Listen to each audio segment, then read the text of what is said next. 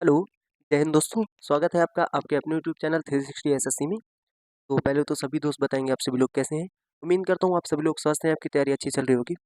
तो आज के इस वीडियो में हम क्या करने वाले हैं, हम यूपी पुलिस कांस्टेबल का जो वीकली मॉक आता है टेस्ट बुक पे, क्योंकि थर्सडे को आता है, उसका सॉल्यूशन करने वाले हैं। ठीक है, रीजनिंग सेक्शन का। ठीक है ना। तो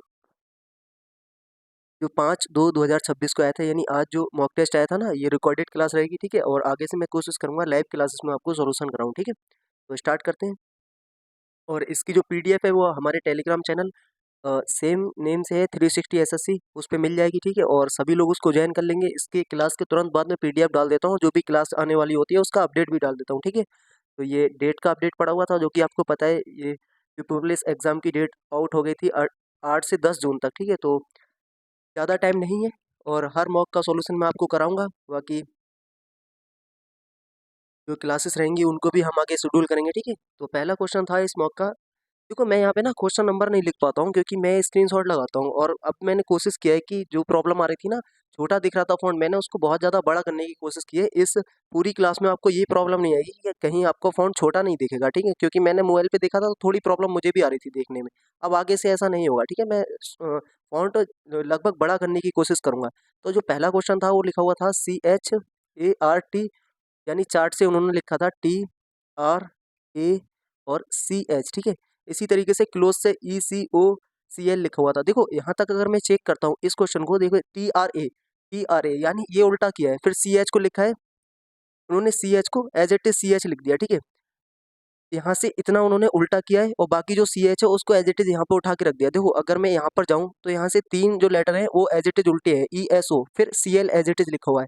अगर मैं इसी तरीके से इस वर्ड को लिखूंगा तो 3 लेटर उल्टे लिखूंगा, यानी DLR। ठीक है, उल्टी लिख दी मैंने। उसके बाद WO एज इट इज लिखूंगा मैं, WO। ठीक है, WO DLR WO, यानी मेरा ऑप्शन ऑप्शन नंबर 3 इसका सही आंसर हो जाएगा। आगे चलते हैं। अगला सवाल। अगला सवाल था ब्लड रिलेशन से। ब्लड रिलेशन में कौन सा वाला क्वेश्चन था, पॉइंटिंग टू वर्ड्स। ठीक है, पॉइंटिंग टू वर्ड्स, किसी की तरफ इशारा करना, पॉइंटिंग टू वर्ड्स। ये क्वेश्चन बहुत आते हैं एग्जाम में, और इनका सबसे अच्छा तरीका होता है, इनके लिए एक डायग्राम बना लो।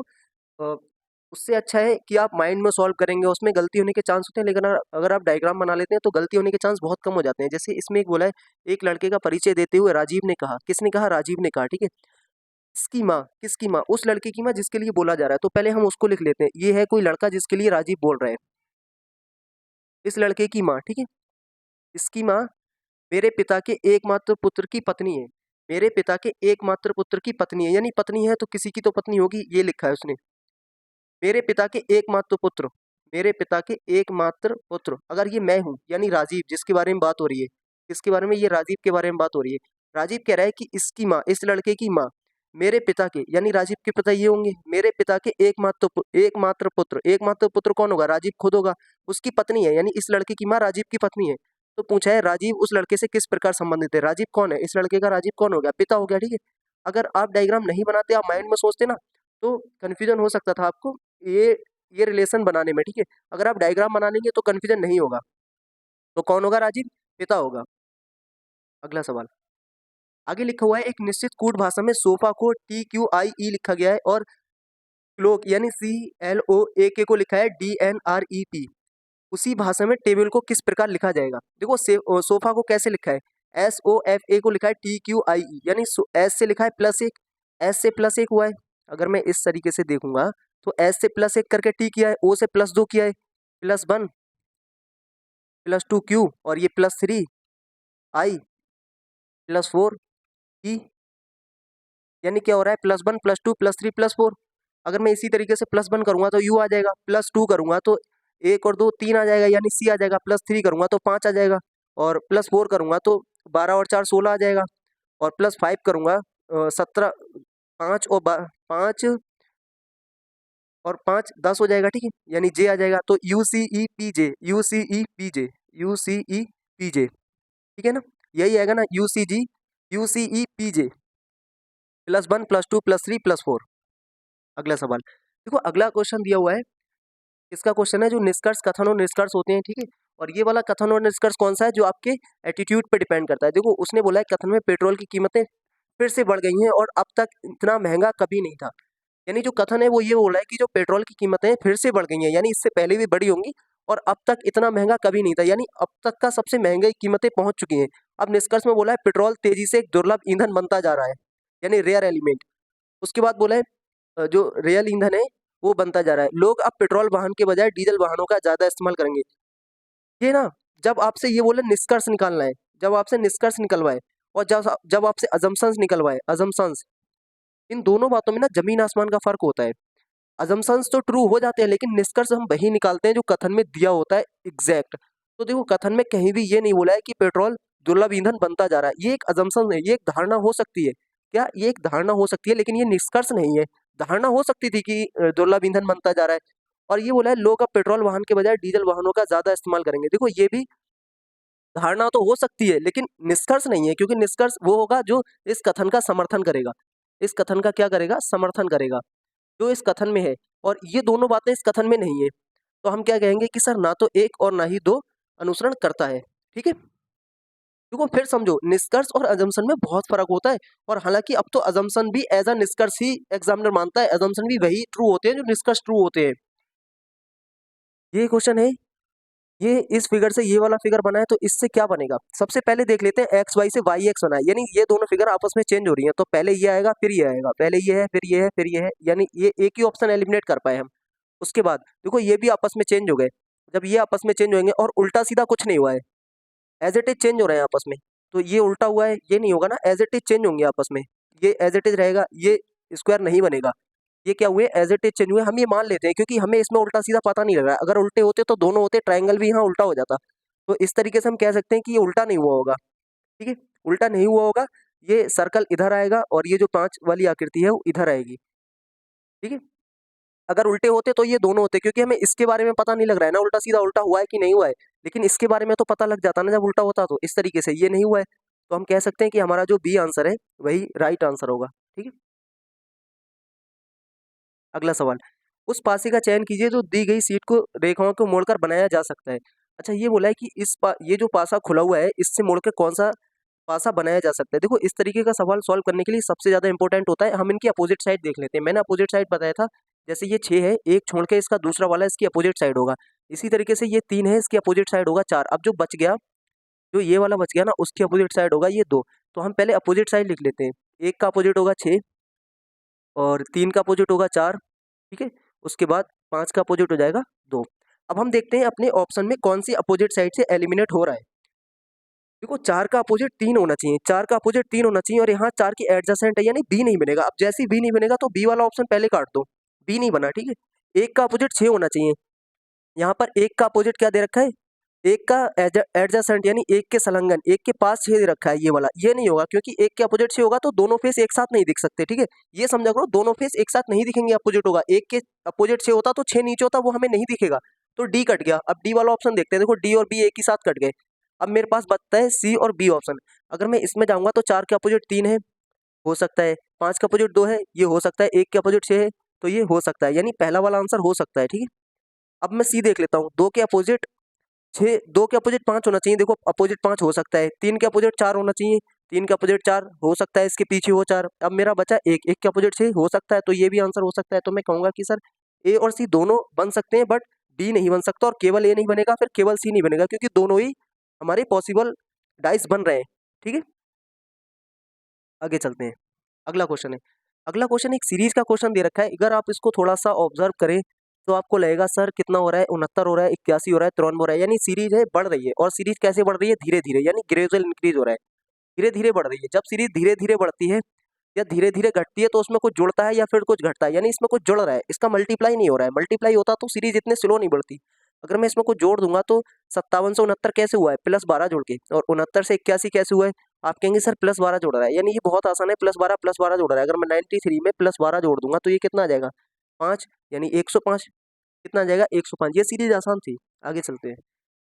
अगला क्वेश्चन बोला है, देखो a प्लस बी का अर्थ है ए बी की बहन है, और a बराबर b का अर्थ है ए बी की पुत्री है, और a% b का अर्थ है ए बी का पुत्र है।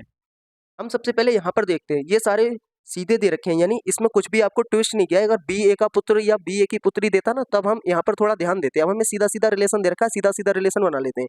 हमसे पूछा है एफ जी से किस प्रकार संबंधित है। एक तो होता है इसका ऑप्शन एलिमिनेट करना। देखो परसेंट का मतलब है पुत्र, अगर परसेंट का मतलब पुत्र है तो एफ पोती नहीं होगी, एफ पुत्र भाई नाती हो सकता है, यानी एक ही ऑप्शन एलिमिनेट हुआ, एफ पोती नहीं होगी क्योंकि एफ मेल होगा। बना लेते हैं, ज्यादा नहीं है। देखो एफ परसेंट करता है, एफ ए बी का पुत्र है, यानी एफ एच का पुत्र है। एफ कौन है? एच का पुत्र है, एफ एच का पुत्र है। हमें एच के बारे में अभी कुछ नहीं पता है। एच प्लस का मतलब है एच बहन है जे की, अब पता लग गया एच कौन है, एच बहन है जे की। अभी जे के बारे में कुछ नहीं पता है, तो जे और इक्वल टू का मतलब है जे पुत्री है जी की, यानी ये जो जी है वो जी की पुत्री है, यानी जे जी की पुत्री है। तो एफ जी से पूछा, देखो एफ जी से ना 2 जनरेशन नीचे हो गया, यानी कौन होता है, 2 जनरेशन पीछे भाई नहीं होगा, 2 जनरेशन पीछे पुत्र नहीं होगा, 1 जनरेशन पीछे, सॉरी। तो ये कौन होगी, ये इसकी माँ होगी और ये इसकी माँ, यानी एच की माँ हो गई। एच की माँ या पिता कुछ भी होगा, हमें जी का जेंडर नहीं पता है, हमें उससे मतलब भी नहीं है। यानी जो एफ कोई भी होगा इसका कौन होगा, नाती होगा, यानी इसकी लड़की का लड़का, यानी इसकी पुत्री का पुत्र, पुत्री का पुत्र कौन होता है, नाती होता है, ठीक है, सन इन लॉ। आगे एक और सीरीज आपको दे रखी है, और इस सीरीज में ना आप थोड़ा सा ऑब्जर्व करें, जैसे 3 से 91 हुआ, 22 हुआ, 98 हुआ, 105 हुआ, 60 हुआ, 112 हुआ और 79 हुआ। आप कहेंगे सर इसमें पहले 91 हो रहा है, फिर 22 हो रहा है, फिर 98 हो रहा है, 105 हो रहा है, 60 हो रहा है, 12 हो रहा है, 79 हो रहा है। देखो इस तरीके की सीरीज तभी पॉसिबल होती है, पहले कुछ जुड़े फिर कुछ घटे, या फिर तब पॉसिबल होती है जब इस सीरीज को ना 2 भाग में देखा जाए, एक भाग में ना देख के इसको 2 भाग में देखा जाए। 2 भाग में कैसे? देखो यहाँ से कुछ जुड़ रहा है, ठीक है, यहाँ से कुछ जुड़ेगा, यहाँ से कुछ जुड़ेगा, यानी यहाँ से कुछ जुड़ेगा। देखो ये सीरीज अब सीधे जुड़ती हुई बढ़ रही है ना, इसमें तो कुछ नहीं घटा।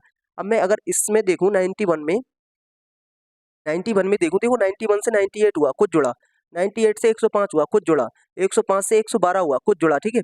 यानी ये ना एक स्टेप छोड़ के सीरीज बढ़ रही है। देखो एक स्टेप छोड़ूं, अगर मैं 91 से 97 करूंगा तो कैसे आएगा, 98 सॉरी, आप कहेंगे सर +7 आएगा, +7, और 98 में जोड़ दूंगा +7 तो 105 आ जाएगा, 105 में +7 112 आ जाएगा, यानी जो सेकंड वाली सीरीज थी वो +7 हो रही है। अब मैं ये वाली सीरीज देख रहा हूँ, फर्स्ट वाली जो मैंने रेड से ड्रॉ की है, ठीक है, रेड वाली सीरीज देख रहा हूँ। देखो 3 से 21 कैसे आया होगा, +19 करके, ठीक है।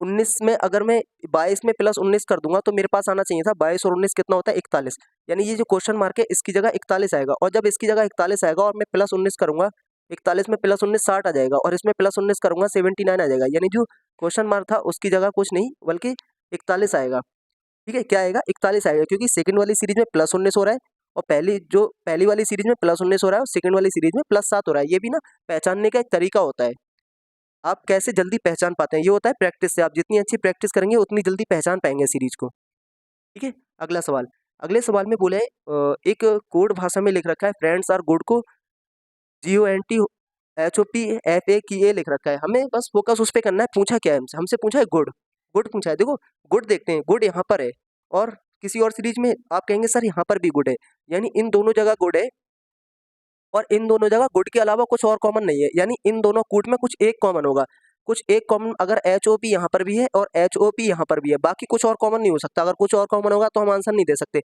यानी आप कहेंगे सर ये गुड से HOP यहाँ भी लिखा हुआ है, गुड से HOP यहाँ भी लिखा हुआ है, यानी जो गुड का मतलब है वो HOP है।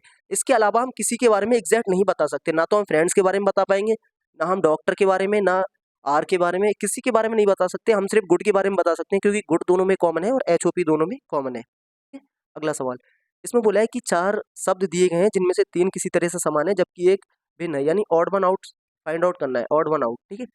ऑड वन आउट कैसे निकालते हैं, फूल गोभी, ब्रोकली, पालक और पत्ता गोभी। फूल गोभी क्या होती है, फूल गोभी गोभी होती है, पत्ता गोभी गोभी होती है, ब्रोकली भी ये गोभी होती है, ठीक है। ब्रोकली क्या होती है, ब्रोकली ये गोभी होती है। इसमें अलग क्या है, इसमें अलग है पालक, क्योंकि ये तीनों ना गोभी के प्रकार हैं। ब्रोकली वो ग्रीन वाली जो गोभी होती है, आई थिंक उसको ब्रोकली बोलते हैं, तो इसमें अलग हो जाएगा हमारे पास पालक, ठीक है। कथन, कथन में हमसे बोला है इसमें बोला है नीचे एक कथन 1 और 2 अंकित हैं, 2 कार्रवाइयां दी गई हैं। अच्छा इसमें हमें कार्रवाई बताना है, कथन को सत्य मानना है। कथन में बोला है उत्तरी कर्नाटक में निर्माण उद्योगों को जल की अत्यधिक कमी का सामना करना पड़ रहा है।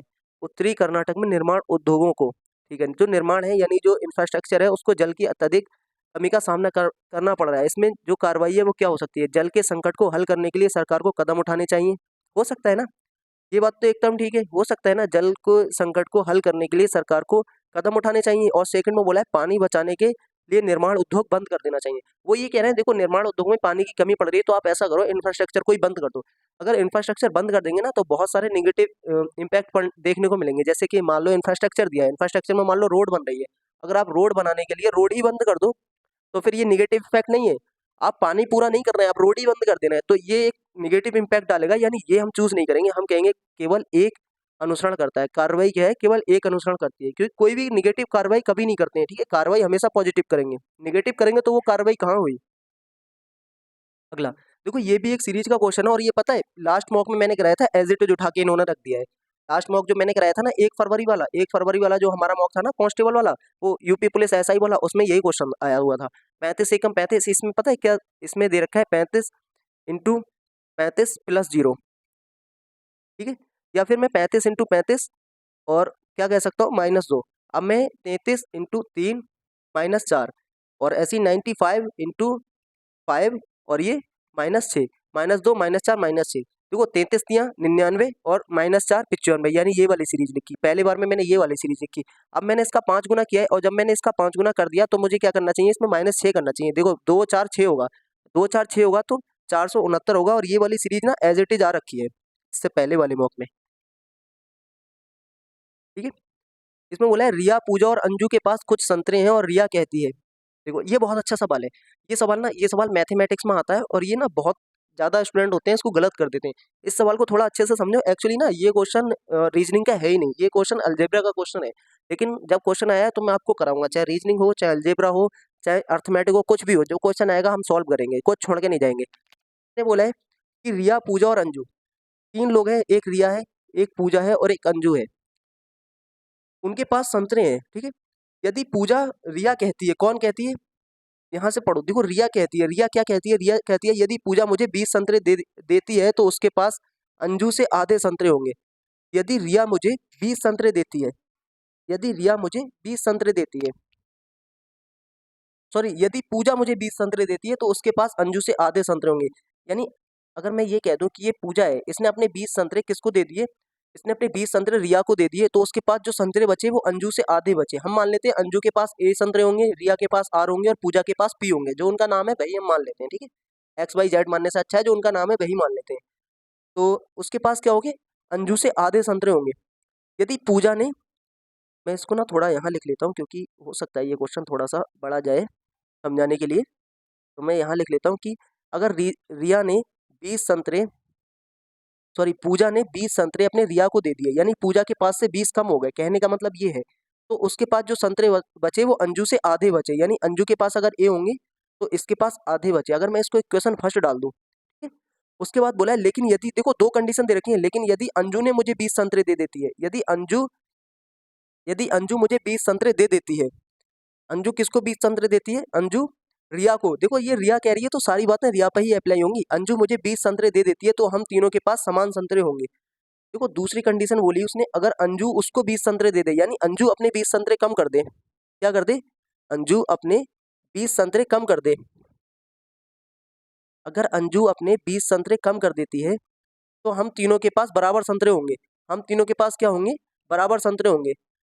देख इसने कम करके दिए किसको है, रिया को दिए। अगर रिया के पास 20 ज्यादा हो जाए तो इन दोनों के पास बराबर हो गए, और ये बराबर होंगे पूजा के, ये बराबर होंगे पूजा के। यही तो बात बोली थी, अंजू ने अपने 20 संतरे कम किए और संतरे कम करके दिए किसको, रिया को दिए। तो फिर क्या करिए कि हम तीनों के पास बराबर हो जाएंगे, यानी अंजू, रिया और पूजा, इन तीनों के पास क्या होंगे, संतरे बराबर हो जाएंगे। ये बात बोली इसने इक्वेशन नंबर 2 में, ठीक है? ये हमने 2 इक्वेशन बना ली। अब है ना हमें इसको सॉल्व करके ये बताना है इन तीनों के पास कुल कितने संतरे हैं। कुल कितने संतरे हैं ये बात बताने के लिए हमें किसी एक में इन सारी इक्वेशन को कन्वर्ट करना होगा, यानी किसी एक में कन्वर्ट करेंगे। किसी एक में कैसे कन्वर्ट कर सकते हैं, अगर मैं यहाँ से ए की वैल्यू निकालूं तो ए की वैल्यू कैसे आ जाएगी, ए की वैल्यू आ जाएगी R+40, R+40, ठीक है।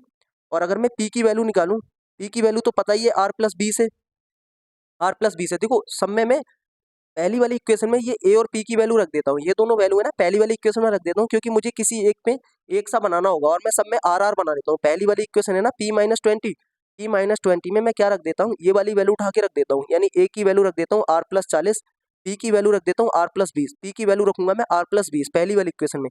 तो R+20 जब रखूंगा, R+20 और -20 बराबर ए की वैल्यू रखूंगा मैं R+40 और बटे 2, ठीक है। अब मुझे यहाँ से R की वैल्यू पता लग जाएगी। देखो ये दोनों तो आपस में कट जाएंगे, ये और ये आपस में कट गए, तो ये R था और ये बटे 2 था, तो ये हो जाएगा 2R बराबर हो जाएगा R+40। 40, यानी यहाँ से आर की वैल्यू आ जाएगी 40। अब हमें ना आर की वैल्यू पता लग गई, आर की वैल्यू कितनी है 40, यानी रिया के पास 40 संतरे हैं। अब मैं क्या करूँगा, आर की वैल्यू यहाँ पर पुट कर दूंगा, अंजू के पास संतरे आ जाएंगे। इसमें मैं अगर आर की वैल्यू पुट करूंगा तो अंजू के पास आ जाएंगे। अंजू के पास कितने संतरे आ जाएंगे फिर? आप कहेंगे सर इसमें आर की वैल्यू पुट कर दो 40। अगर मैं आर की वैल्यू 40 पुट करूंगा तो अंजू के पास संतरे आ जाएंगे 40 प्लस 60, 100 संतरे, 80 संतरे, सॉरी 40 प्लस 40, अंजू के पास आ गए 80 संतरे। और यहाँ पर अगर मैं आर की वैल्यू पुट करूंगा तो जो पी थी यानी अ, जो पूजा थी उसके पास कितने आ जाएंगे, 40 प्लस 20 यानी 60 संतरे, 60 संतरे। देखो 40 इसके पास थे, 80 इसके पास थे, 60 इसके पास थे, हमें टोटल बताना है। हम टोटल यहाँ पर जोड़ लेते हैं, 40, 80 और 60 कितने हो गए? आप कहेंगे सर ये हो रहे हैं हमारे पास 180, 40 और 60 80, 40 और 60 100 हो गए और 80 180 हो गए, यानी जो टोटल संतरे हैं वो 180 हैं और यही ऑप्शन नंबर बी में है, तो यही हमारा राइट आंसर हो जाएगा। देखो ये सवाल अच्छा सवाल है और ये काफ़ी बार एग्जाम में पूछा जा चुका है, मैथमेटिक्स में भी आ जाता है और रीजनिंग में भी आ जाता है। ठीक है, अब मुझे नहीं पता ये मैथमेटिक्स में उन्होंने डाल के दिया था लेकिन रीजनिंग वाले सेक्शन में था, इसलिए मैं इसको लेके आया हूँ। और मैंने ये जो तरीका बताया ना, लगभग ये तरीका हर कॉन्सेप्ट हर क्वेश्चन में लग जाता है। ठीक है, आप ज़्यादा शॉर्टकट के चक्कर में जाएंगे तो भूल जाएंगे। ये सबसे अच्छा तरीका है, आप इक्वेशन बना लो और सॉल्व कर लोगे। एक ना एक ऐसा क्वेश्चन जरूर आता है जो आपको थोड़ा सा टाइम देना पड़ेगा उस पर। बहुत क्वेश्चन ऐसे आएंगे जो आप पढ़ के तुरंत निकल जाएंगे, जैसे ये क्वेश्चन था। इसमें क्या करना है, हमें धारणा है, देखो ये अजम्पशन है। अभी मैंने क्या बताया था, अभी मैंने बताया था जो निष्कर्ष होते हैं ना, निष्कर्ष तब निकलेंगे जब वो एग्जैक्ट दिए हों। ठीक है, और अजम्पशंस हम कुछ अपनी तरफ से भी मान सकते हैं। जैसे इसने बोला है, एक कथन बोला है, अल्पायु में स्कूल जाने वाले बच्चों में हमेशा मदद करें, कभी चोट ना पहुंचाएं, की भावना पैदा करनी चाहिए। ये एक कथन है। जैसे जो कम एज में बच्चे स्कूल जाते हैं उनमें ये भावना पैदा कर देनी चाहिए कि हमेशा लोगों की मदद करें, कभी चोट ना पहुंचाएं। इसकी जो धारणा है यानी अजम्पशन क्या है, अन्य व्यक्तियों को दी गई कोई पीड़ा या गलत सजा स्वयं को दी गई पीड़ा के समान है। बड़े होने और बेहतर इंसान बनने के लिए बचपन से ही अच्छी आदतें डालनी चाहिए। देखो अच्छी आदत के बारे में तो बोला है, यानी इसके हम इसे चूज करेंगे ना कि इसे, क्योंकि इसके बारे में हमें कहीं नहीं दिया है कि जो सजा स्वयं को दी गई पीड़ा के समान है, ऐसा कहीं कथन में बोला ही नहीं है। देखो कथन में कुछ ना कुछ तो दिया होगा जिससे आप हिंट निकालेंगे। जब इस बार इसके बारे में कहीं जिक्र है ही नहीं तो अपनी तरफ से क्यों धारणाएं बनाना। ठीक है, तो हम कहेंगे केवल दो, इसमें धारणा निहित है, पहली वाली निहित नहीं है। ठीक है, आगे चलते हैं। आगे हमसे बोला है एक डाइस दे रखा है खोल के, जिसकी 3 पोजीशन दे रखी है और बोला है 1 से 6 तक संख्या है। एक के सम्मुख उस संख्या का चयन कीजिए जो फलक 1 के सम्मुख फलक पर होगी, यानी उसके सामने होगी, अपोजिट होगी। कहने का मतलब है अपोजिट होगी। ठीक है, अपोजिट कौन सी होगी?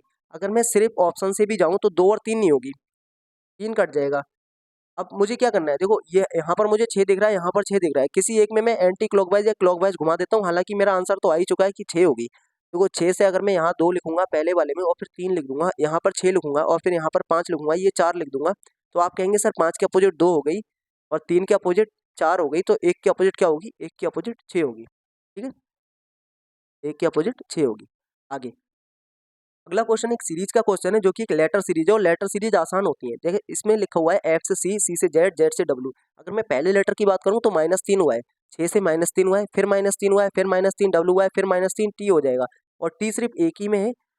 देखो यही तरीके होते हैं अच्छा सवाल करने के और जल्दी करने के। अब टी एक में है ना तो इसको चेक करने की जरूरत है ही नहीं, आगे आगे बढ़ जाओ। ठीक है, टी करके तभी आपकी आदत पड़ती है। आप अगर मॉक में इस तरीके को अप्लाई करेंगे ना तभी आप पेपर में अप्लाई करते हैं। इसमें क्या है, इस इक्वेशन में वैल्यू चेंज करना है, किसकी? इन साइन की, आपस में इनको चेंज करना है। जैसे मुझे करना है प्लस को इनटू और इस इक्वेशन का सीधे मान बताना है। जब इसका सीधे मान बताना होता है ये सवाल ज़्यादा आसान भी होता है और कम टाइम भी लेता है, बस सिली मिस्टेक नहीं करना है। जब ये होता है कि नंबर भी चेंज करो और साइन भी चेंज करो तब थोड़ा टाइम ले सकता है। जैसे इसमें मुझे डिवाइड की जगह इंटू रखना है, सॉरी माइनस की जगह डिवाइड रखना है और डिवाइड की जगह माइनस रखना है, ये बोला है।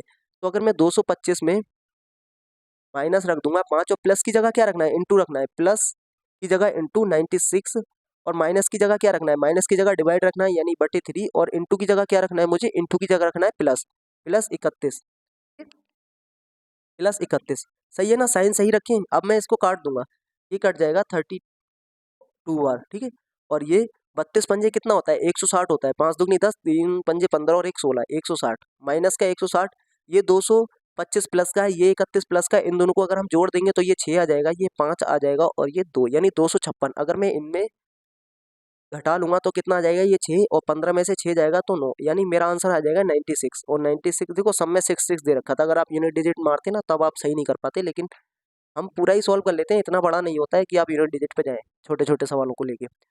इसमें बोला है सभी टैडपोल मेंढक हैं, सभी मेंढक सांप हैं। निष्कर्ष है कुछ सांप टॉड हैं, यानी यही टॉडपोल जो मेंढक का बच्चा होता है उसको बोलते हैं, आई थिंक टॉड, टैडपोल बोलते हैं उसे। तो कुछ मेंढक टॉड है।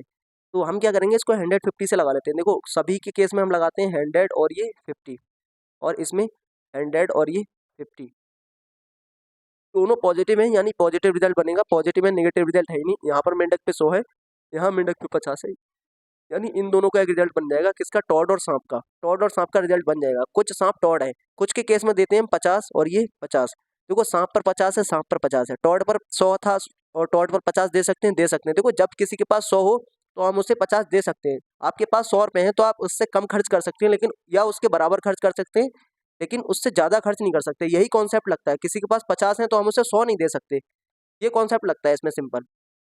कुछ मेंढक टॉड है, देखो मेंढक किधर है ये और टॉड किधर है ये, तो डायरेक्ट रिजल्ट बन रहा है। कुछ के केस में हम 50 लगाएंगे और टॉड के केस में हम 50 लगाएंगे। देखो यहाँ टॉड पे 100 था, हमने 50 दे दिए। मैं कह रहा हूँ ना, जिस पे 100 है उसे 50 दे सकते हैं, यानी हम कहेंगे सर दोनों निष्कर्ष निकाले जा सकते हैं, आइदर और की कंडीशन नहीं बनेगी, दोनों निष्कर्ष अनुसरण करते हैं।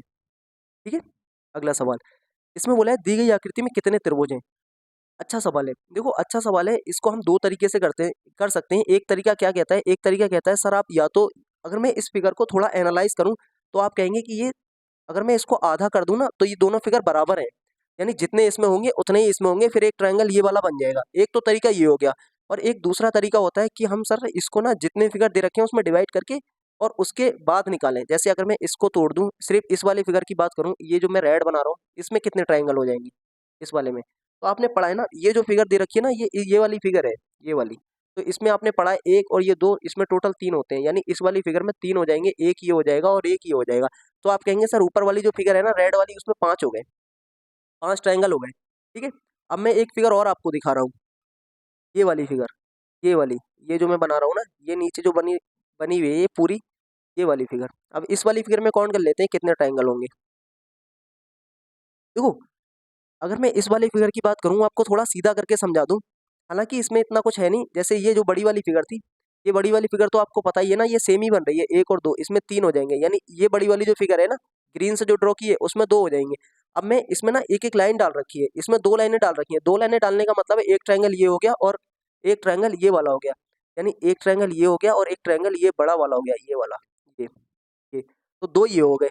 अब इसी तरीके से एक ट्रायंगल ये हो जाएगा, ये बड़ा वाला, और एक ट्रायंगल ये हो जाएगा, यानी 2 ये हो जाएंगे।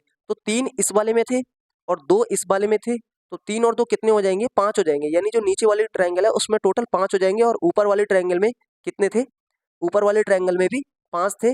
यानी अभी तक हमारे पास कितने ट्रायंगल आ रहे हैं, अभी तक हमारे पास 10 ट्रायंगल आ रहे हैं, लेकिन इसमें 10 तो ऑप्शन में है नहीं, यानी हम कुछ ना कुछ मिस कर रहे हैं, और मिस क्या कर रहे हैं वो हमें देखना पड़ेगा थोड़ा सा, मिस क्या हो रहा है।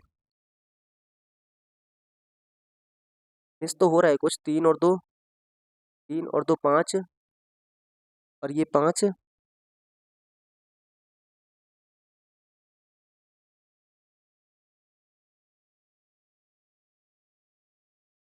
यानी हम इस वाले ट्रायंगल में कुछ मिस कर रहे हैं। जो नीचे वाला ट्रायंगल है ना, उसमें कुछ मिस कर रहे हैं हम। ऊपर वाले में तो ठीक था जितने थे, नीचे वाला ट्रायंगल दोबारा से बना रहे हैं, इसमें कुछ मिस हो रहा है आई थिंक। मिस क्या हो रहा है, अगर मैं इस ट्रायंगल को इस तरीके से बना दूं, ये यही तो दे रखा है, ये दे रखा है, और मैं इसमें एक ट्रायंगल यहाँ डाल दूँ, एक ट्रायंगल यहाँ डाल दूँ, और इसमें 2 ट्रायंगल मैं यहाँ डाल दूँ, ये दे रखा है। तो ये नीचे बड़ा वाला जो ट्रायंगल होगा उसमें 3 हो जाएंगे, ठीक है, उसमें 3 हो जाएंगे। हाँ हाँ ठीक है, मिस कर रहे थे ना, एक ये हो गया और एक ये बड़ा वाला हो गया, 2 ये होगा, ठीक है, और एक ये हो जाएगा, और एक ये वाला, ये जो लाइन डाल रखी है 2 ये हो जाएंगे। 3 और 2 5 और 2 7, यानी नीचे वाले में 7 हो रहा है ना, सिंपल। हमने एक साइड के काउंट ही नहीं किए थे, इस वाली साइड के, तो 7 नीचे वाले में हो गए, 5 ऊपर वाले में हो गए, तो टोटल कितने हो गए, 12। ठीक है, कुछ ट्रायंगल तो बन नहीं रहा है इन दोनों के मिलने से, ये देखेंगे आप, ये ट्रायंगल नहीं बन रहा है, इन दोनों के मिलने से कुछ ट्रायंगल नहीं बन रहा है, ठीक है। तो ये अलग हो गया और ऊपर वाला अलग हो गया, तो टोटल हो गया हमारे पास 12 ट्रायंगल। तो सब्सक्राइब तो आपने कर ही लिया होगा, आगे बढ़ते हैं, ठीक है, और नहीं किया है तो कर लेना। अगला क्वेश्चन है, एक डायरेक्शन का क्वेश्चन। चंदन अपने कॉलेज से चलता है और सार्वजनिक उद्यान तक पहुंचने के लिए दक्षिण की ओर 18 मीटर चलता है। देखो मैंने ना फॉन्ट काफी बड़ा रखा है, अब प्रॉब्लम नहीं आना चाहिए फॉन्ट की। चंदन अपने कॉलेज से स्टार्ट करता है, ये मान लो उसका कॉलेज है, और दक्षिण की ओर 18 मीटर चलता है, ये दक्षिण है और यहाँ पर 18 मीटर चलता है, ये कॉलेज है, कॉलेज को सी से बना देते हैं। उसके बाद वह बाएं मुड़ता है और डीमार्ट पहुंचने के लिए 25 मीटर चलता है। बाएं मुड़ा, देखो इसका बायां किधर होगा, अगर इस तरफ चल रहा है तो इसका बायां इधर होगा। डीमार्ट पहुंचने के लिए 25 मीटर चलता है, यानी ये डीमार्ट था, ये डीमार्ट है, ठीक है। उसके बाद क्या करता है, फिर वह वामावर्त 90 डिग्री मुड़ता है। वामावर्त क्या होता है, वामावर्त होती है एंटी क्लॉकवाइज, ये वाली डायरेक्शन। 90 डिग्री मुड़ता है, यानी यहाँ पर था 90 मुड़ेगा, ऊपर की तरफ आ जाएगा। फिर क्या करता है, और कॉफी क्लब पहुंचने के लिए 18 मीटर चलता है। देखो बायां मुड़ा, फिर कितना चला, अल्टीमेट वो कहना चाह रहा था कि बायां मुड़ के 18 चलता है, बायां मुड़ के 18 चलता है। यहाँ पर 18 था, 18 चला, यानी इसके लेवल में आ गया जहाँ भी आया। ये क्या है, कॉफी क्लब है। ये क्या था, कॉफी क्लब था, कॉफी क्लब, सीसी लिख दिया मैंने। कॉफी क्लब से वह बाएं मुड़ता है, यानी ऊपर चल रहा था ना, बाएं मुड़ेगा, इस साइड में मुड़ेगा और अपने घर पहुंचने के लिए 13 मीटर चलता है, यानी ये बायां मुड़ा और 13 मीटर चला। ये 13 मीटर चला और ये उसका क्या है, ये उसका घर है यहाँ पर। अब पूछा क्या है हमसे, चंदन के कॉलेज और कॉफी क्लब के बीच की क्षैतिज दूरी कितनी है। अच्छा, ये कॉलेज और कॉफी क्लब पूछा है, तो ये तो 25 हो जाएगा, यहाँ से यहाँ तक 25 हो जाएगा, बस हो गया। उसके बाद और क्या पूछा है, चंदन के कॉलेज से किस दिशा में है कॉफी क्लब। अच्छा, कॉफी क्लब चंदन के कॉलेज के पूरब में है, ये ईस्ट था ना, ये वेस्ट था, तो पूरब में है 25 मीटर, पूरब में है 25 मीटर, ठीक है। आगे चलते हैं, ये किसका है, ये सिटिंग अरेंजमेंट का क्वेश्चन है। इसमें बोला है 6 व्यक्ति हैं, एक बगीचे में हैं, बैठे हैं, जिनमें से 3 व्यक्ति अन्य 3 के सम्मुख हैं। देखो इसमें बोला है कि 6 व्यक्ति हैं, एक बगीचे में बैठे हैं, जिसमें से 3 अन्य 3 के सम्मुख हैं। इसके लिए केवल 2 कंडीशन बनेंगी, या तो वो सर्कल में बैठेंगे या आमने सामने बैठेंगे। लेकिन अगर सर्कल में बैठेंगे ना, उत्तर दिशा नहीं बता सकते हम। अगर मैंने मान लो, देखो मैं दोनों कंडीशन बना के दिखा रहा हूँ आपको, सर्कल वाली भी बना के दिखाऊंगा और जो आमने सामने है ना वो भी बना के दिखाऊंगा। जैसे ये सर्कल हो गया, अगर मैं सर्कल में बैठा दूं और मैं आमने सामने बैठा दूं, ये था सर्कल। एक कंडीशन तो ये बनती है आमने सामने बैठने की, 6 व्यक्ति हैं, सर्कल में बैठ सकते हैं। और एक कंडीशन, जैसे मैं इसको ईस्ट मान लूंगा, अगर इसको वेस्ट मानूंगा, इसको नॉर्थ और इसको साउथ मानूंगा, और एक कंडीशन बनती है ये वाली, 1 2 3 इधर बैठे हो और 1 2 3 इधर बैठे हो। देखो दोनों कंडीशन हम सवाल करेंगे, और कंडीशन कौन सी सेटिस्फाई होगी इसमें, इसमें बोला है कि ए बी के उत्तर में बैठा है। ए बी के उत्तर में बैठेगा तो मैं बी को इधर बैठाऊंगा और ए को इधर बैठाऊंगा, तभी तो उत्तर में होगा। देखो ये कंडीशन पहली वाली मैंने इसमें लगा दी, और अगर यही कंडीशन मैं इसमें लगा दूं, बी जो है वो सी के निकटतम पश्चिम में है। देखो ये कंडीशन अगर मैं यहाँ लगा दूं और ये यहाँ लगा दूं, इसमें बोला है कि अगर मैं इसको नॉर्थ मान रहा हूँ, इसको साउथ मान रहा हूँ, इसको वेस्ट और इसको ईस्ट, देखो हम दोनों कंडीशन लेके चल रहे हैं। इसमें बोला है ए बी के उत्तर में है, ए बी के उत्तर में हो गया, ए बी के उत्तर में हो गया। अब हमसे पूछा है ई एफ के, और आगे बोला है बी सी के निकटतम पश्चिम में है। निकटतम पश्चिम होगा यानी सी इधर होगा, तो बी सी के निकटतम पश्चिम हो गया। लेकिन अगर मैं यहाँ पर लगाऊंगा ना, यहाँ पर सी लगाऊंगा, तो ये पश्चिम नहीं होगा। आप कहेंगे सर कैसे नहीं होगा, ये नहीं होगा ना, क्योंकि सी इधर है और ये सी थोड़ा सा ऊपर होगा। जब थोड़ा सा ऊपर होगा तो डायरेक्शन इस तरफ जा रही होगी, ना कि इस तरफ। इस तरफ तो तभी जाएगी जब ये लाइन में होंगे। तो ये वाली कंडीशन यहाँ से फेल हो गई मेरी। जब ये कंडीशन फेल हो गई तो आप यही कंडीशन मेरी सही है। तो इस कंडीशन के अकॉर्डिंग क्या है, बी सी के निकटतम पश्चिम में है, और आगे बोला है ई एफ के सम्मुख बैठा है जो सी के पूरब में है। ई एफ के सम्मुख बैठा है जो सी के पूरब में है, जो किसके लिए है, एफ के लिए, यानी एफ सी के पूरब में है, तो एफ इधर आ जाएगा। देखो एफ सी के पूरब में हो गया, ये पूरब था, और ई एफ के सम्मुख है यानी ई इधर आ जाएगा। अब क्या बचा, डी सी के संदर्भ में किस दिशा में है, देखो एक ही पोजीशन बची ये वाली, और डी किस में है, नॉर्थ में है। किसके नॉर्थ में है, सी के नॉर्थ में है। तो हम कहेंगे डी सी के दक्षिण में है, यानी ये कंडीशन तो फेल हो गई थी, और इसके अकॉर्डिंग हमारा आंसर आ गया जो डी है वो सी के दक्षिण में है। यानी हम कह सकते हैं कि 3 3 बैठे थे, 3 इधर और 3 इधर, ठीक है।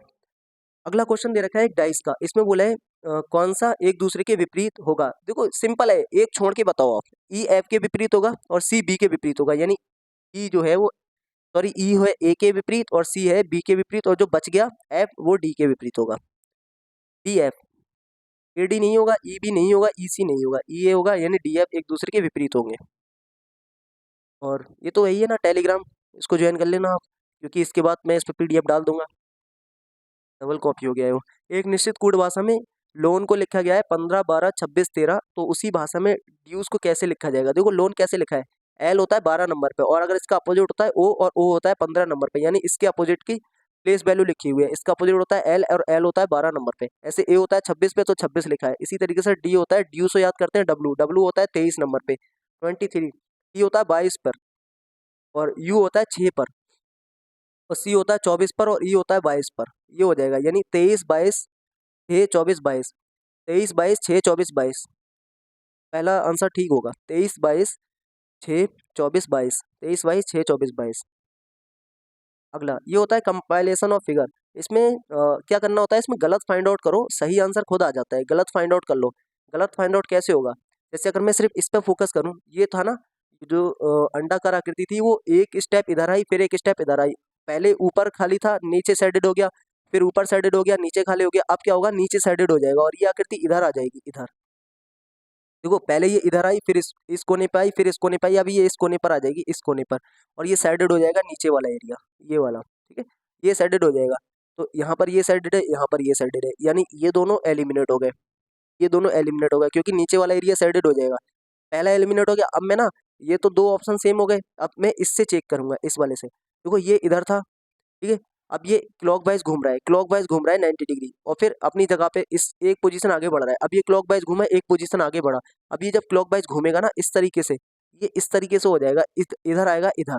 पहली बात तो ये इधर आएगा, और ये इधर इधर भी है, इधर भी है, यानी इसके बारे में बताना है कुल मिला के। ये क्लॉकवाइज घूमेगा इस तरीके से, इस तरीके से। और ये था ना, ये जो नीचे था ना वो नीचे ही रहेगा, क्योंकि क्लॉकवाइज घूमने पर वो ऊपर नहीं जाएगा, वो नीचे आ जाएगा। तो ये नीचे किधर है, पहले वाले में है, इसमें ये ऊपर है, ये नहीं होगा, ठीक है। इस तरीके से घूम के इधर आ जाएगा। ये दो ही फिगर दिए थे, दोनों को चेक कर लिया। फिर से अगेन एक सीरीज का क्वेश्चन है जो कि एक लेटर सीरीज है। इसमें बोला है जी से आई लिखा हुआ है, यानी 7 और 2 9, 9 और 2 11, 11 और 2 13, 13 और 2 15, 15 और 2 17, यानी क्यू आना चाहिए, क्यू आएगा। दोनों में क्यू है, दो ऑप्शन कटे, ठीक है। उसके बाद अगला वाला चेक कर लेते हैं, एस से 21 यानी प्लस, ये क्या हुआ है, एस से 21 कैसे होगा, एस से 19 हुआ है, सॉरी, एस से 20 हुआ है ना, प्लस 1 प्लस 1 प्लस 1 प्लस 1, 23 और 1 24 आना चाहिए, यानी 23 और 1 24, 24 पाता है एक्स, यानी एक्स आना चाहिए, ये वाला एक्स होगा। क्यू एक्स एक ही ऑप्शन में है, यही आंसर होगा। आगे बढ़ते हैं। एक कथन दिया है, इस समय शेयर बाजार में रेखा का निवेश महज एक जुआ है। रेखा ने जो निवेश किया है वो महज एक जुआ है, इसका मतलब क्या है, प्रॉफिट भी हो सकता है, लॉस भी हो सकता है, तभी तो होता है ना, जुआ में जीत भी सकते हैं, हार भी सकते हैं। अब धारणा है, यानी अजम्पशन है। देखो ये अजम्पशन है, और अजम्पशन मैंने बताया था कि अजम्पशन बस जो होता है ना, जो कथन दे रखे हैं ना, उसका जो हिडन मीनिंग होता है उसको सेटिस्फाई करना चाहिए, और निष्कर्ष क्या होता है, एग्जैक्ट मीनिंग होना चाहिए। जैसे उसे शेयर बाजार में नुकसान हो सकता है, देखो हो सकता है, जुए का मतलब क्या है, हो सकता है। संभव है कि उसे शेयर बाजार में अच्छा रिटर्न मिले, देखो ये कह रहा है कि उसे लॉस हो सकता है, ये कह रहा है कि उसे प्रॉफिट हो सकता है, और कथन कह रहा है कि एक जुआ है, जुए में लॉस और प्रॉफिट दोनों आते हैं। तो हम कहेंगे कि सर धारणा एक और दो दोनों नहीं होते हैं, उसे लॉस भी हो सकता है, उसे प्रॉफिट भी हो सकता है।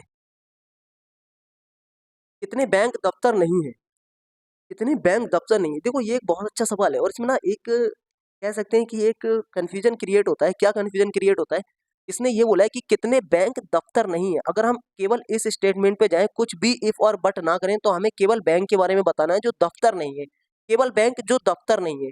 एक मीनिंग ये हो गया कि केवल बैंक जो दफ्तर नहीं है, केवल बैंक जो दफ्तर नहीं है, नहीं है, ठीक है।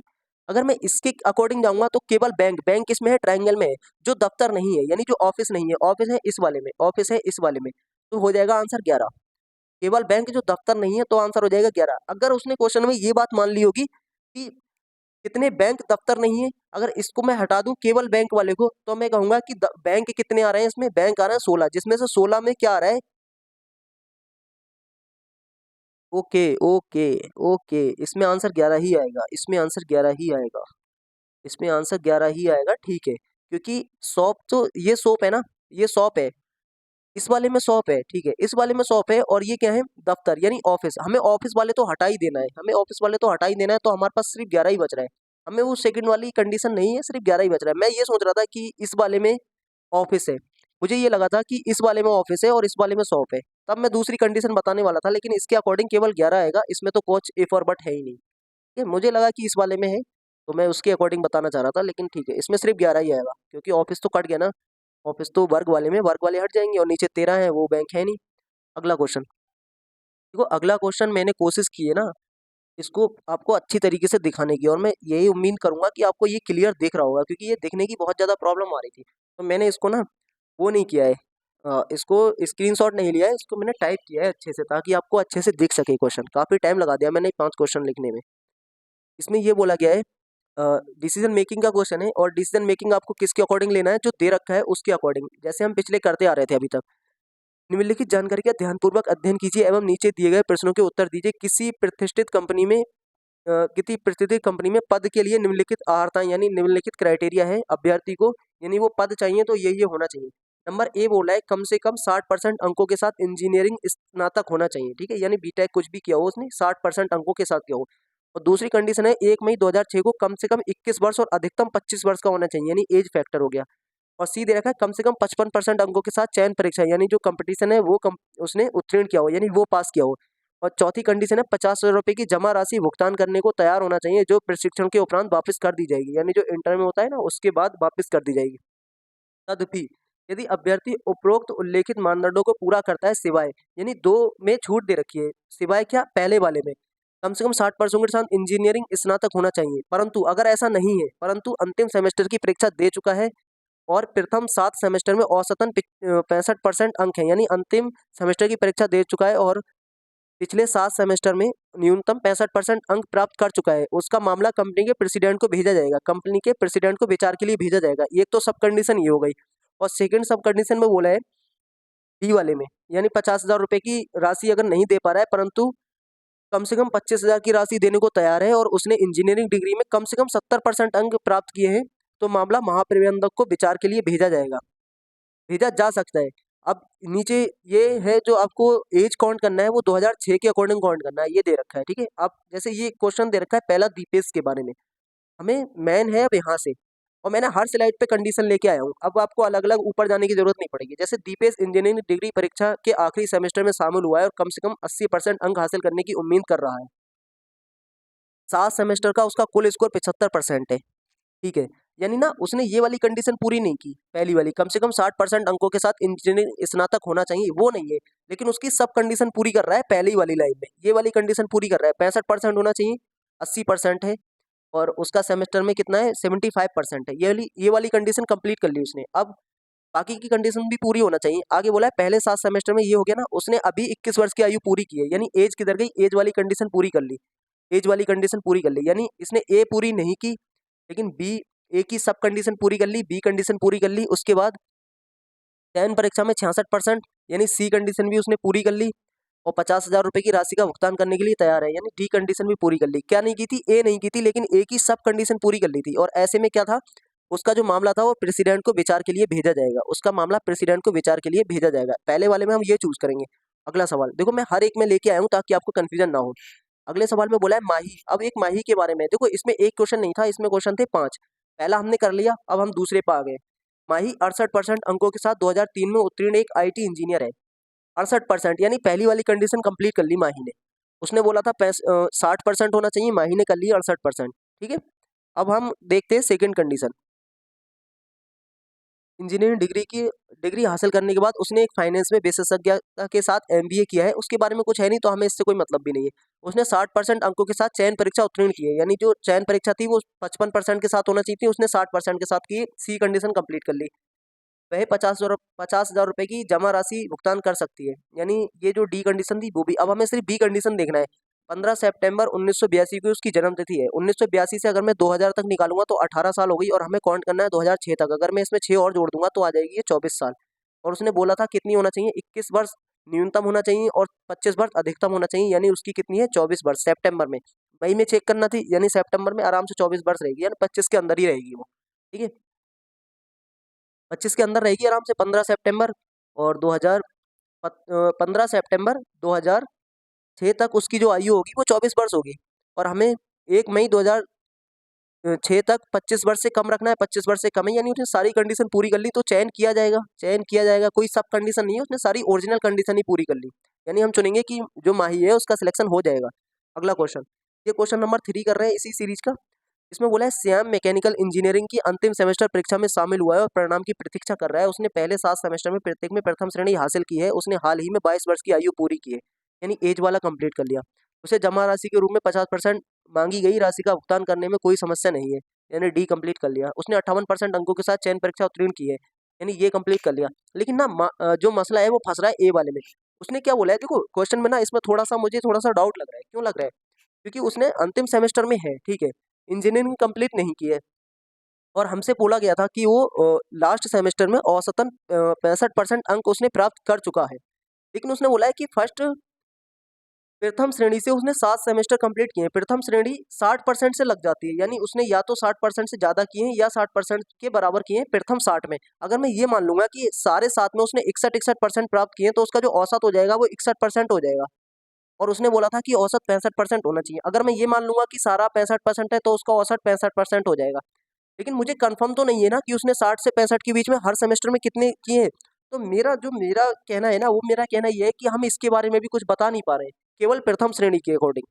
तो मैं अगर इस क्वेश्चन को चूज करूंगा तो मैं ये कहूंगा कि इसमें, लेकिन इसमें ना एक ऑप्शन और नहीं है, इसमें एक ऑप्शन ये नहीं है कि डाटा अपर्याप्त है। ठीक है, डाटा अपर्याप्त वाला ऑप्शन नहीं है। तो इसमें ना अब मैं अगर ऑप्शन के अकॉर्डिंग जाऊंगा और चयन नहीं किया जाएगा, तब नहीं किया जाता जब वो कुछ कंप्लीट नहीं करता, या तो मैं इसको बी चूज करूंगा, या मैं अगर ऑप्शन के अकॉर्डिंग जाऊंगा तो कंपनी के प्रेसिडेंट को भेजूंगा मामला। लेकिन कंपनी के प्रेसिडेंट को तब भेजा जाता मामला जब वो 65% प्राप्त कर चुका है। लेकिन इसमें ना मुझे कहीं क्लियर नहीं हो पा रहा है कि उसने 65% प्राप्त किया है कि नहीं किया है। तो जहां तक मैं चूज करता, या तो अगर डाटा इनसफिशियंट होता वो चूज कर लेता, लेकिन अगर मैं इसमें चूज करता तो बी चूज करता। और हो सकता है वो आंसर पहला वाला भी दे दे। क्यों दे दे?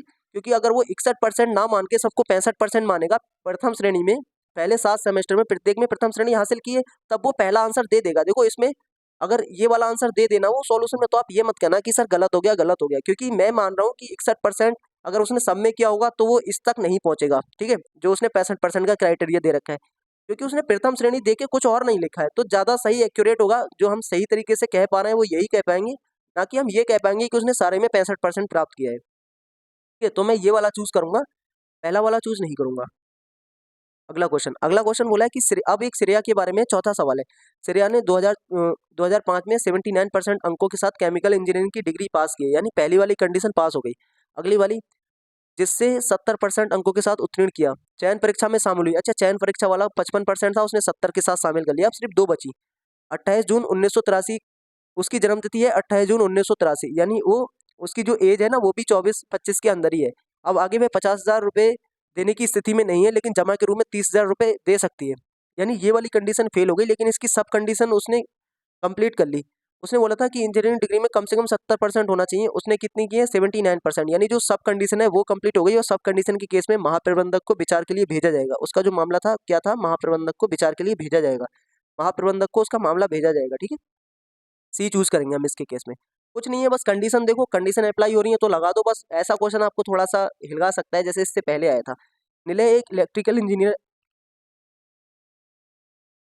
निलय एक इलेक्ट्रिकल इंजीनियर है जिसने 2003 में 21 साल की उम्र अपनी डिग्री परीक्षा उत्तीर्ण की है। 2003 में की है 21 साल की उम्र में, यानी वो 2006 में कितना हो गया होगा, 21 और 3 24 हो गया होगा। यानी जो एज है ना 2006 में 24 हो गई होगी, यानी एज वाला कंप्लीट हो रहा है।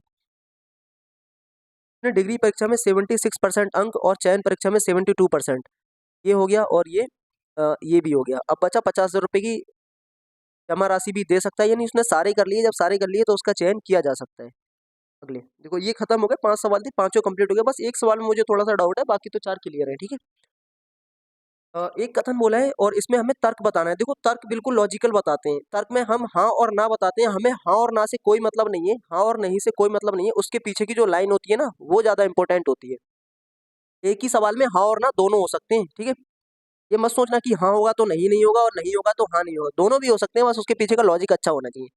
इसने बोला है क्या प्रतियोगी परीक्षा में केवल वस्तुनिष्ठ यानी ऑब्जेक्टिव क्वेश्चंस होने चाहिए। अब एक तर्क बोला है हाँ, ऑब्जेक्टिव प्रश्नों के उत्तरों का आकलन उचित और निष्पक्ष है, नहीं निबंधात्मक प्रश्न वस्तुनिष्ठ प्रश्नों से बेहतर है। देखो ये बेहतर है कि नहीं है ये तो नहीं कह सकते ना। आप ऑब्जेक्टिव में आप बहुत अच्छे क्वेश्चन रख सकते हैं, तो बेहतर कैसे कह सकते हैं। लेकिन ये बात सही लग रही है कि उसका जो ऑब्जेक्टिव का जो आकलन है, यानी जो चेक करने का है ना, वो निष्पक्ष हो जाता है। जैसे अगर मैं हाँ और ना में आपसे आंसर मांगता हूँ तो आप एक ABCD में से एक चूज करते हैं, और जो कॉपी चेक करता है, जैसे अब तो कंप्यूटर से चेक होती है ना OMR पे, तो OMR ना एकदम निष्पक्ष होता है। अगर ए आंसर था तो आपका ए आंसर है तब सही है, बी है तो गलत है। लेकिन इसमें क्या होता है, जो ऐसे राइटिंग होता है ना वो डिपेंड करता है चेक करने वाले पे, चेक करने वाले का मूड पे भी डिपेंड करता है बहुत सी बातों में। अगर आपने एक अच्छा ऐसे कर लिख दिया है और किसी ने आपसे अच्छा ऐसे नहीं लिखा है, लेकिन चेक करने वाले ने उसको ज्यादा नंबर दे दिए, तो ये होता है ना एकदम निष्पक्ष, इसको नहीं कह सकते। लेकिन ऑब्जेक्टिव में निष्पक्ष होता है, ये बात ठीक है। तो हम चूज करेंगे केवल पहला वाला तर्क ठीक है, दूसरा तर्क ठीक नहीं है। ऑड वन आउट बताना है। भेड़ होती है मिमियाती है, ठीक है, भेड़ मिमियाता है, यानी इसकी आवाज दे रखी है। घोड़ा हिनहिनाता है, ठीक बात है। गधा गुरगुराना गुरगुराता है। उल्लू हूट करता है, ये बात ठीक है। यानी गधा क्या करता है, गधा तो रेंगता है ना। ये गलत हो गया, ऑड वन आउट ही बताना था। अगला क्वेश्चन है कैलेंडर का। 1995 में शिक्षक दिवस मंगलवार को था, तो 1996 में शिक्षक दिवस किस दिन होगा? शिक्षक दिवस क्या होता है? 5 सितंबर।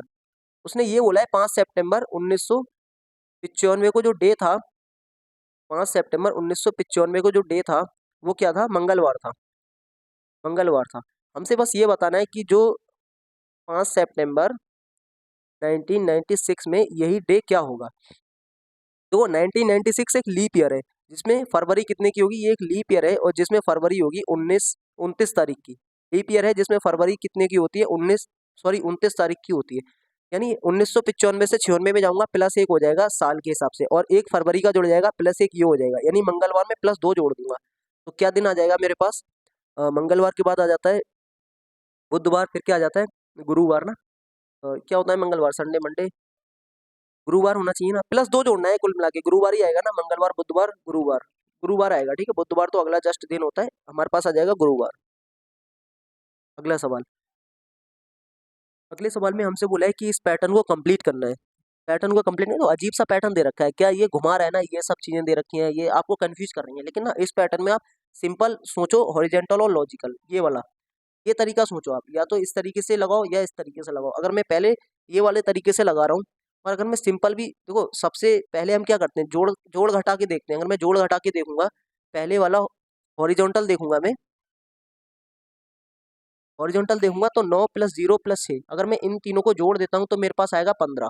अगर मैं सेकंड वाले में भी यही वाला लॉजिक लगाऊं, 4 + 8 11 और +3 15, देखो ये जोड़ के कितना आ गया? 15 आ गया। यानी ये सिर्फ कंफ्यूज कर रहा है, इसी तरीके से ये भी 15 होना चाहिए था। 2 + 6 8 हो गया, और 8 और 7 कर दूंगा तो कितना आ जाएगा? 15 आ जाएगा। देखो इस लॉजिक से इसका आंसर होगा 15। अगर एग्जामिनर ने कुछ और दिया हो तो कह सकते हैं कि चेंज होगा, बट मेरे हिसाब से सही आंसर यही है, ठीक है। देखो इसमें 15 बन गया, इसमें 15 बन गया, तो इसमें ही 15 बनना चाहिए। दो लॉजिक मेरे फॉलो हो गए, तो तीसरा भी फॉलो होना चाहिए। हालांकि इस क्वेश्चन में एग्जामिनर अपने अलग भी लॉजिक दे देते हैं, बिल्कुल अलग। इसमें बोला है कि एक तीन किसी तरीके से समान है और एक भिन्न है, तो उस विषम का चयन कीजिए। अच्छा, विषम बताना है। रैप सॉन्ग होता है, भजन भी एक सॉन्ग होता है, मेलोडी भी एक सॉन्ग होता है। बैलेट क्या होता है? बैलेट एक डांस होता है, फॉर्म ऑफ डांस। एक डांस की एक वो होता है ना, फॉर्म, एक डांस। जैसे जो सॉन्ग होते हैं उनके ये सब होते हैं, रैप भी होते हैं, भजन भी होते हैं, मेलोडी भी होते हैं, और जो शोक गीत होता है वो होता है। इसी तरीके से बैलेट एक डांस का प्रकार है, ना कि, और ये सारे किसके? ये सारे म्यूजिक के प्रकार है, किसके? म्यूजिक के। और ये क्या है? ये एक डांस है, तो बैलेट अलग हो जाएगा। बैलेट डांस होता है, जैसे बैली डांस होता है, इसी तरीके से एक बैलेट डांस भी होता है। ये दे रखा है आपको 36, 10 और 16। 36, 10 और 16 में बताना है कि इसके जैसा संबंध कौन सा है जो इसके जैसा फॉलो कर रहा है, ठीक है। अगर मैं इस 36 और 16 को देखूंगा, आप कहेंगे सर 36, 10 और 16 है। जब भी आपको पूर्ण वर्ग दिखता हो ना, पूर्ण घन या पूर्ण वर्ग, तो पहले उसका वर्गमूल निकाल लो। ये 6 हो जाएगा, अगर मैं इसका निकालूंगा तो ये 4 हो जाएगा। जैसे ही मैंने इनके वर्गमूल निकाले ना, एकदम समझ में आ गया, सर 6 और 4 10 हो रहा है, यानी इन दोनों के वर्गमूल को जोड़ के बीच वाली संख्या लिखी जा रही है। अगर मैं इनका वर्गमूल निकालूंगा 9 हो जाएगा, इसका 2 हो जाएगा, इसका तो निकल नहीं रहा है, इसका नहीं निकल रहा है, इसका नहीं निकल रहा है। अगर ये दोनों जोड़ के 11 हो रहे हैं, जैसे 9 और 2 जोड़ के कितने हो गए? 11 हो गए, यानी इसके बीच वाला, तो यही वाला लॉजिक फॉलो हुआ है, ठीक है। यही वाला लॉजिक फॉलो हुआ है। हालांकि हो सकता है कि आपको ये सोचने में थोड़ा टाइम लगे, बट जैसे ही आपको वर्गमूल या घनमूल दिखाई देते हो ना, तो आप उसको तुरंत एक बार निकाल के देखा करो। या तो उसकी मल्टीप्लाई हो रही होती है, या उसको जोड़ा जा रहा होता है, या घटाया जा रहा होता है, ठीक है। ज्यादातर चांस होते हैं वही लॉजिक फॉलो करने के, ठीक है। अगला क्वेश्चन, ये क्वेश्चन था, देखो रीजनिंग में आया है। स्टूडेंट कुछ कमेंट कर रहे थे, सर रीजनिंग में अगर मैथ के क्वेश्चन आए वो भी सॉल्व कराया करो। तो ये रीजनिंग में आया था, मैथ का क्वेश्चन है, लेकिन मैं आपको सॉल्व करा रहा हूँ। इसमें बोला है एक बैग में 50 पैसे, 25 पैसे और 10 पैसे के सिक्कों का अनुपात है, जो कि 4:7:5 में है, जिनका टोटल मूल्य है 425 रुपये। प्रत्येक प्रकार के सिक्कों की संख्या बताना है। देखो ये ना दो तरीकों पे ही फॉलो करता है। एक होता है वैल्यू ऑफ कॉइन, एक होता है कि value of coin, value of coin, और एक होता है number of coin.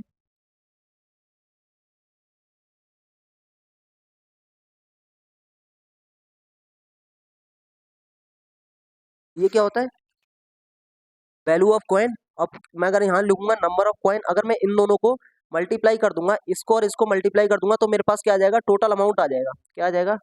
Total amount. या आप इसमें कह सकते हैं जो वैल्यू ऑफ कॉइन दे रखी होती है, नंबर ऑफ कॉइन दे रखा है, अगर उसको मल्टीप्लाई करते हैं तो क्या आ जाता है? हमारे पास टोटल अमाउंट आ जाता है। अगर मैं इन तीनों को जोड़ दूंगा तो टोटल अमाउंट कितना होता है? देखो यही तरीके से ये क्वेश्चन सॉल्व होते हैं। जैसे वैल्यू ऑफ कॉइन में पहले में उन्होंने दे रखा है कि 50 पैसे के सिक्के हैं, मैं इन 50 पैसे, 10 पैसे और 25 पैसे को रुपए बना लेता हूँ, क्योंकि ये पैसों में है और बाकी ये रुपए में है, तो मैं टोटल को रुपए बना लेता हूँ। 50 पैसे क्या होता है? 50 पैसे होता है 1/2 रुपए, 1/2 रुपए। 25 पैसे होता है 1/4 रुपए। 10 पैसे होता है 1/10 रुपए। अब ये है वैल्यू ऑफ जो सिक्के हैं, नंबर ऑफ कॉइन है, उनका अनुपात दे रखा है 4:7:5। अगर मैं इन दोनों की मल्टीप्लाई कर दूंगा तो मेरे पास उन दोनों की मल्टीप्लाई करके यहाँ पर क्या आ जाएगी, ये टोटल अमाउंट आ जाएगा। ये टोटल अमाउंट फिर इनको जोड़ के क्या आ जाएगा, ये जो टोटल अमाउंट 425 दे रखा है वो आ जाएगा। लेकिन आप देखेंगे सर 1/4 को अगर मैं 7 से मल्टीप्लाई करूंगा तो पॉइंटों में जाएगा, जिसमें कैलकुलेशन थोड़ी सी मुश्किल हो जाएगी। तो मैं क्या करूंगा ना, ये दो दो 4 10 है ना, उसके एलसीएम से गुणा कर लूंगा ताकि ये काटने में आसानी हो। ये बहुत अच्छा तरीका है मैथ इस तरीके के क्वेश्चन सॉल्व करने के। तो मैं क्या करूंगा, 4 6 सॉरी 2 4 10 का एलसीएम होता है 20, तो यहाँ 20 से मल्टीप्लाई कर लेता हूँ, क्योंकि ये तो क्या है, ये एक रेशियो है। अगर आप रेशियो में किसी भी चीज से मल्टीप्लाई करते हैं कोई फर्क नहीं पड़ता है। जैसे मैंने लिख दिया 3:2, अगर मैं इसमें 100 से मल्टीप्लाई करके 300:2 भी 200 भी लिख दूंगा ना, तब भी ये रहेगा 3:2 ही, ये तो कट जाता है ना। इसी तरीके से अगर आप रेशियो में किसी से भी मल्टीप्लाई करते हैं तो कोई फर्क नहीं पड़ेगा। जैसे मैंने इसको अगर एक्स मान लूँ, इसको एक्स मान लूँ, इसको एक्स मान लूँ, और मैंने मल्टीप्लाई कर लिया। जैसे मैंने मल्टीप्लाई करके यहाँ पर लिख दिया 80x, यहाँ पर लिख दिया 140x, ठीक है, यहाँ पर लिख दिया ये 100x, क्या लिख दिया मैंने, 100x, ठीक है। ये हो गया मेरे पास। अब जो नंबर ऑफ कॉइन थे वो ये हो गए। अगर मैं इस पे इससे मल्टीप्लाई करूंगा तो कितने रुपए हो जाएंगे, देखो 80 कॉइन थे कितने के, 1/2 रुपए के, तो टोटल वैल्यू आ जाएगी मेरे पास 40 रुपए, 40x, ठीक है, प्लस 140 कॉइन थे मेरे पास, 1/4 रुपए एक की कीमत है, तो टोटल कीमत कितनी हो जाएगी, 1/4 से अगर मैं इसको मल्टीप्लाई कर दूंगा तो कितना आ जाएगा, 4×3 = 12 और 4×5 = 20, 35x यानी 35 रुपए, ठीक है। ऐसे 100 कॉइन थे और एक कॉइन की कीमत है 1/10 रुपए, तो टोटल आ जाएंगे मेरे पास 10 रुपए, ठीक है। अगर मैं इन सबको जोड़ दूंगा तो कितने आ जाएंगे, 50 और ये 35 85 यानी 85x, टोटल हो जाएंगे 85 रुपए। और इस 85 रुपए की वैल्यू दे रखी है 425 रुपए, 425 रुपए। तो ये कितने गुना है, आप कहेंगे सर ये 5 गुना है। 5×5 = 25, 2 5×8 = 40, यानी इस x की वैल्यू आ जाएगी 5, इस x की वैल्यू आ जाएगी 5। तो हमसे पूछा है नंबर ऑफ कॉइन, जैसे ये 80x थे, इसमें मैं 5 से अगर मल्टीप्लाई कर दूंगा तो 8×5 = 40 यानी 400 हो जाएंगे, ठीक है। और ये कितने थे, 140x, 5 से मल्टीप्लाई करूंगा 14×5 = 70, 700 हो जाएंगे, ठीक है।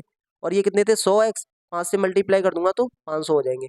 400 700 500, 400 700 और 500, यानी ऑप्शन नंबर सी हमारा राइट आंसर हो जाएगा, ठीक है।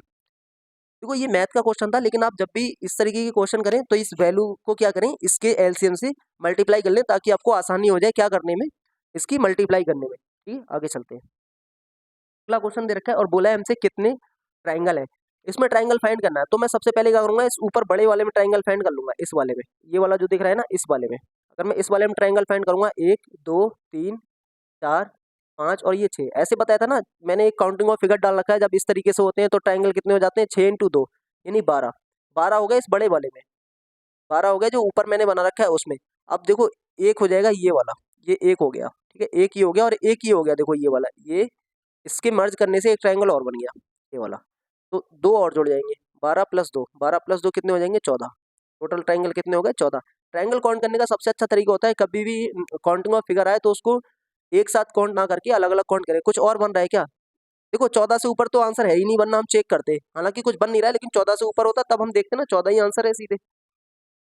अगला सवाल, इसमें बोला है कौन सी आकृति जहाज, पाल, नौका, जलयान को बीच अच्छा संबंध दर्शाती है। सबसे अच्छा संबंध कौन सा हो जाएगा, जलयान, यानी जो वाटर वेज के जो तरीके हैं, जलयान में ही तो आता है, जहाज और पाल नौका, ये दोनों यही तो होते हैं, और ये जलयान हो जाएगा, यानी इसके अंदर ही आ जाएंगे जहाज और जल नौका। बाकी तो कुछ और इससे अच्छा दिख नहीं रहा है मुझे। ये जहाज हो जाएंगे, ये जल नौका हो जाएगी, यानी जहाज बड़ा और वो छोटी सी होती है जो पाल नौका होती है, पाल चढ़ा होता है ऐसे करके वो होती है, और इसके अंदर ही आ जाएंगे जलयान के। तो option number C right answer हो जाएगा, ठीक है। अगला क्वेश्चन है, क्या क्वेश्चन है, 6 व्यक्ति हैं, D E F P Q और आर समान पंक्ति में उत्तर दिशा के सम्मुख समान दूरी पर बैठे हैं, लेकिन आवश्यक नहीं है वे इसी क्रम में, ठीक है। बोला इसमें हमें दे रखा है क्या, सिटिंग अरेंजमेंट, 6 लोग हैं, बना लेते हैं वही 6 लोग। हम सबसे पहले उसे सेट करेंगे जिसके बारे में हमें एग्जैक्ट पता होगा। एफ और क्यू के बीच में 4 व्यक्ति हैं, डी एफ का निकटतम पड़ोसी है, ई आर के बाएं से दूसरे स्थान पर है, पी एफ के दाएं से तीसरे स्थान पर नहीं बैठा है, पी एफ के दाएं से तीसरे स्थान पर नहीं बैठा है, पी के संबंध में निम्नलिखित में से कौन सा कथन सत्य है। हमसे बोला है एफ और क्यू के बीच में 4 व्यक्ति हैं, एफ और क्यू के बीच में 4 व्यक्ति हैं, तो सबसे अच्छी पोजीशन हमें एफ और क्यू के बारे में पता लग रही है। क्या इनके बीच में 4 व्यक्ति होंगे, यानी एफ और क्यू दोनों साइड एक एक कोने पर बैठे होंगे, यानी एफ एक, या तो एफ इधर होगा या फिर Q इधर होगा। तो देखो दो कंडीशन बनती है, दोनों हम एक साथ बना लेते हैं। बाकी हम, हालांकि मुझे पता लग रहा है कि इसके अकॉर्डिंग मैं F यहाँ रख सकता हूँ, लेकिन मैं आपके अकॉर्डिंग बना दे रहा हूँ। मैं F और Q इधर बैठा देता हूँ, फिर इसके नीचे दूसरी कंडीशन भी अप्लाई कर लेते हैं, F और Q ये वाली। ये पहली कंडीशन बन जाएगी, ये दूसरी कंडीशन। हमें ये नहीं पता है ना कौन सा किस साइड में है, तो हमने इस तरीके से बैठा लिए। अगर मैं पहली कंडीशन और दूसरी कंडीशन एक साथ लेके चलूंगा, ताकि अगर गलत होगा तो वहीं काट दूंगा और मेरा सही आंसर आ जाएगा, ठीक है। उसने ये बोला है कि डी एफ का निकटतम पड़ोसी है, तो डी इधर हो जाएगा और इस वाले में डी इधर हो जाएगा। अभी तक दोनों कंडीशन सही चल रही है। ई आर के बाएं से दूसरे स्थान पर है, ई आर के बाएं से दूसरे स्थान पर है। अगर मैं इसको देखूं ई आर के बाएं से, तो मैं आर इधर बनाऊंगा, पहला दूसरे पर बनाऊंगा ई। ई आर के बाएं से दूसरे स्थान पर हो गया, ई जो है वो आर के बाएं से दूसरे स्थान पर हो गया। अगर मैं यहाँ पर बनाता हूँ ई आर के बाएं से दूसरे स्थान पर, तो ये हो जाएगा और ये हो जाएगा, ठीक है। ई आर के बाएं से दूसरे स्थान पर हो गया। अब पी के लिए सिर्फ एक कंडीशन बची, ये वाली, ठीक है। मैंने यहाँ पी बैठा दिया। अब यहाँ पर पी के लिए सिर्फ एक कंडीशन बची, ये वाली, यहाँ पर पी बैठा दिया। लेकिन इसके बाद में ये बोला था पी एफ के दाएं से तीसरे स्थान पर नहीं बैठा है। अगर मैं पहले वाले में जाऊँ, पहला दूसरा तीसरा, यानी पी एफ के दाएं से तीसरे स्थान पर बैठ गया था, उसने बोला था कि नहीं बैठा है, तो ये कंडीशन गलत हो गई और ये कंडीशन सही हो गई। अब बताना है पी की पी क्या कंडीशन दे रखी है। पी दाएं छोर से दूसरे स्थान पर है, ये दायां छोर है, दूसरे स्थान पर नहीं है, पहला दूसरा तीसरे स्थान पर है, ये वाला गलत हो गया, ठीक है। ई और पी के बीच में दो व्यक्ति बैठे हैं, एफ और पी के बीच में, सॉरी, एफ और पी के बीच में दो व्यक्ति बैठे हैं, एफ और पी के बीच में दो व्यक्ति बैठे हैं, यानी ये वाली कंडीशन सही है, ठीक है। और पी क्यू का निकटतम पड़ोसी है, नहीं है। पी आर और डी के ठीक बीच में है, पी आर और डी के ठीक बीच में नहीं है, ठीक है। तो मेरा जो आंसर हो जाएगा वो ऑप्शन नंबर बी हो जाएगा। अगर ना ये गलत कंडीशन के अकॉर्डिंगली जाता ना, तो पी और एफ के बीच में तो दो ही व्यक्ति रहते हैं। अगर मैं गलत कंडीशन भी बना लेता ना, तो बीच में तो सेम ही व्यक्ति हैं। देखो यहाँ भी सेम है और यहाँ भी सेम है, बट जो सही तरीका है वो यही है। सेकंड वाला और कुछ पूछ लेता तो गलत हो जाता। इसके अकॉर्डिंग सेकंड वाली जो बनाया था ना वो ठीक था। एफ और पी के बीच में दो व्यक्ति हैं, यही आंसर हो जाएगा। अगला सवाल। अगला सवाल भी मैथमेटिक्स का क्वेश्चन है, बट जब रीजनिंग में आया है तो मैं सॉल्व करा रहा हूँ। 80 प्रश्नों की एक परीक्षा में एक सही उत्तर के लिए एक अंक मिलता है, यानी अगर सही करेंगे तो एक अंक मिलेगा और गलत करेंगे तो एक अंक काट लिया जाता है। ये मैथ का बहुत ज्यादा, कह सकते हैं बहुत वायरल क्वेश्चन है और बहुत ज्यादा पूछा भी जाता है। और यदि किसी भी प्रश्न का उत्तर नहीं दिया जाता है तो अंकों में कोई कटौती नहीं होती है। यदि कोई छात्र 90% प्रश्नों के उत्तर देता है और 60 अंक प्राप्त करता है, पहली बात बोल रहा है 90% प्रश्नों के उत्तर दे रहा है, 80 का 90% कितना हो जाएगा? आप कहेंगे सर 80 का 90% हो जाएगा 8 ने 72, यानी 72 प्रश्नों के उत्तर दे रहा है वो, ठीक है। और 60 अंक प्राप्त करता है। अगर मैं ये मान लूँ, देखो इसको दो तरीके होते हैं सॉल्व करने के, एक तो एक्स मान लो और एक होता है ये बना लो, मिक्सर और एलिगेशन से कर लो। मैं एलिगेशन से इस सवाल को करता हूँ। मैं ये मान लेता हूँ कि सारे क्वेश्चन जो 72 किए थे उसने सही किए होंगे। अगर सारे 72 सही करता तो उसे 72 नंबर मिलते। अब मैं ये मान लेता हूँ कि टोटल 72 क्वेश्चन उसने खराब किए होंगे, तो -72 हो गए। तो कितने होते हैं? -72। और अंक मिले किसे, कितने? उसे 60 अंक मिले। यहाँ पर मैंने लिख दिए 60 अंक। और एलिगेशन आप कैसे लगाते हैं? आप लगाते हैं सर ये बड़े वाले में से इसको घटा लेंगे तो कितना आ जाएगा? 12। अब ये देखो ये इससे बड़ा है 72, माइनस का 72 60 से छोटा है, तो 60 में से अगर मैं माइनस के 72 को घटा लूंगा तो ये कितना आ जाएगा? 2 और 7 और 6 13, 132, 132, 132 और 12 का अनुपात आ गया। ये हो गया नंबर ऑफ क्वेश्चन का अनुपात। किसका आ जाता है? Number of question. Number of question का जो अनुपात है ना, 132 और 12 आ गया। ये कट जाएगा, किस में कटेगा? एक बार और ये 11 बार, 1:11। यानी ये टोटल कितने हो गए? 12 हो गए। और ये 12 की वैल्यू कितनी है? 72 है, ना कि 80 है, क्योंकि 72 के उत्तर दिए ना उसने, तो ये टोटल हो गया 72। तो एक की वैल्यू आ जाएगी 6। अब हमसे पूछा क्या है? हमसे पूछा है कि, तो मैं कहूंगा कि सही उत्तर दिए होंगे उसने 66 और गलत उत्तर दिए होंगे उसने 6। अगर वो 66 सही देता तो प्लस 66 नंबर मिलते, चेक भी कर सकते हैं। और 6 गलत दे दिए यानी -6 काट के टोटल अंक आएंगे उसके 60, तो सही है ना 66। चेक भी कर लिया हमने, 66 दिए होंगे सही, और गलत पूछता तो 6 दिए होते, ठीक है ना। तो आगे तो कुछ नहीं है ना, आगे कुछ नहीं है, ठीक है। आगे ये है, यानी जिसने अभी तक टेलीग्राम ज्वाइन नहीं किया, टेलीग्राम ज्वाइन कर लेना। इस वीडियो के जस्ट बाद में, मतलब वीडियो अपलोड होने के तुरंत बाद आपको इसका जो PDF है वो टेलीग्राम पे मिल जाएगा। And thank you for watching. अभी तक सब्सक्राइब नहीं किया तो प्लीज़ सब्सक्राइब कर लेना और चैनल को, वीडियो को लाइक भी कर देना। फिर मिलते हैं अगली वीडियो में, तब तक के लिए जय हिंद एंड जय भारत।